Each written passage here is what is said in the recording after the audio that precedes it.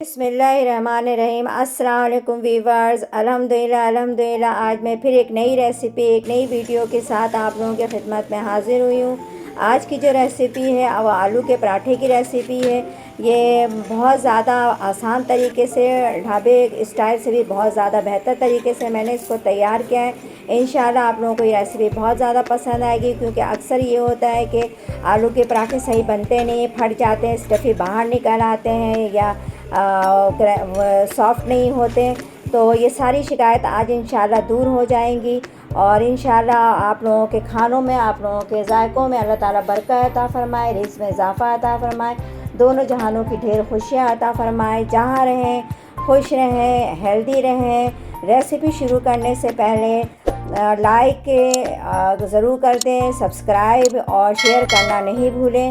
बिस्मिल्लाहिर्रहमानिर्रहीम। 2 अदद प्याज लिया है मैंने आलू के लिए, 1 टेबल स्पून कुटी मिर्च, 1 टेबल स्पून पिसी हुई मिर्च।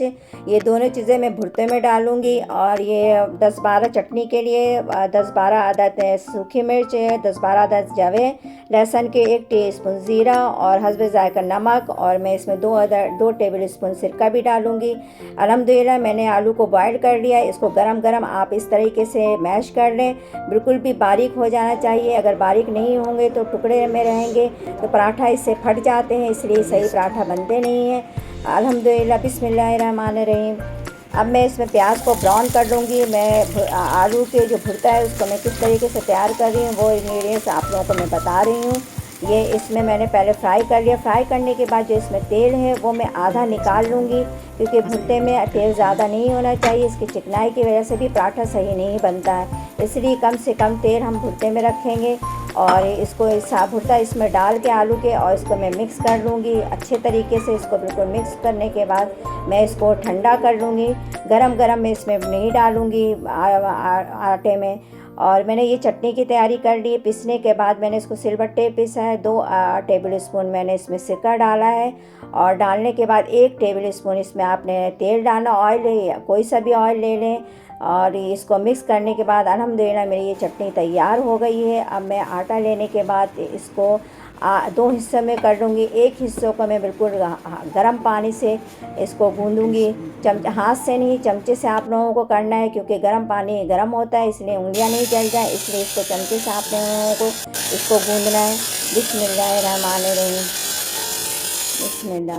अब मैं इसको मिक्स करने के बाद ये जो बाकी आटा है वो भी मैं इसमें मिक्स कर लूँगी और इसको नॉर्मल पानी से गूँधूँगी ताकि हाथ नहीं जले। और बिस्मिल्लाहिर्रहमानिर्रहीम। बिस्मिल्लाह। अब ये देखिए कितने आसान तरीके से गर्म पानी से आटा गूंथ जाता है। इसमें ज़्यादा मुश्किल नहीं होती, ज़्यादा ताकत भी नहीं लगानी पड़ती है। आराम से इसको आप इस तरह से सॉफ़्ट कर लें। सॉफ़्ट करने के बाद 1 टेबल स्पून इसमें मैं ऑयल डालूँगी अब, और ताकि ये सारे हर तरफ से इसकी जो आटा है वो बिल्कुल साफ़ हो जाए, हाथ से भी चिकनाई निकल आए आटा। अल्हम्दुलिल्लाह देखें बिल्कुल कितना सॉफ्ट है। सिर्फ मैं 5 मिनट इसको रखूँगी। 5 मिनट रखने के बाद अल्हम्दुलिल्लाह देखें आटा कितना सॉफ्ट और सही हो गया है, सेट हो गया है।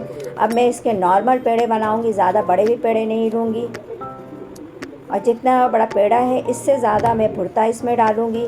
अब इसको इस तरीके से बेलें कि बीच में आटा ज़्यादा रह जाए और साइडों में आटा कम रहे। बिस्मिल्लाहिर्रहमानिर्रहीम। बिस्मिल्लाह। इस तरीके से आप लोगों को भी रखना है। अब इसमें हरी धनिया, हरी मिर्चें अगर आप लोगों की मर्ज़ी है तो डाल लें। मैंने थोड़ी सी हरी मिर्चें इसमें डाली हैं। और इसको इस तरीके से बल्कि चारों तरफ से आप लोगों को लेके इसको ऊपर से रैप करना है और हाथ को इस तरीके से इसको प्रेस करना है ताकि हर तरफ से भुर्ता और आटा दोनों जो है जब्स हो जाए एक दूसरे से और कहीं भी कोई एयर नहीं रहे। इसलिए इसको इस तरीके से आप लोग भी प्रेस करें। और ऊपर जो आटा बच गया है वो मैं इसको निकाल दूँगी, क्योंकि एक साइड से ऐसा ना हो कि आटा मोटा रह जाए, और हर तरफ से बराबर होना चाहिए। अल्हम्दुलिल्लाह। अब देखिए इसको इस तरह से आप लोगों को प्रेस करना है। प्रेस करने के बाद आप हल्के हाथ से इसको बेलन से करेंगी, और इसको तेज़ तेज़ नहीं घुमाना, बल्कि हाथ से अपने पराठा को घुमाना है। अगर बेलन से घुमाएंगी तो भुर्ता जो अंदर से इसकी जो स्टफ़ी है वो एक साइड पे रह जाएंगी, इसलिए इसको चारों तरफ से हाथ से घुमाएं। बिस्मिल्लाहिर्रहमानिर्रहीम। अब मैं और घी भी इसमें इतना ज़्यादा लगाऊंगी कि बस ये चारों तरफ से पराठे में लग जाए।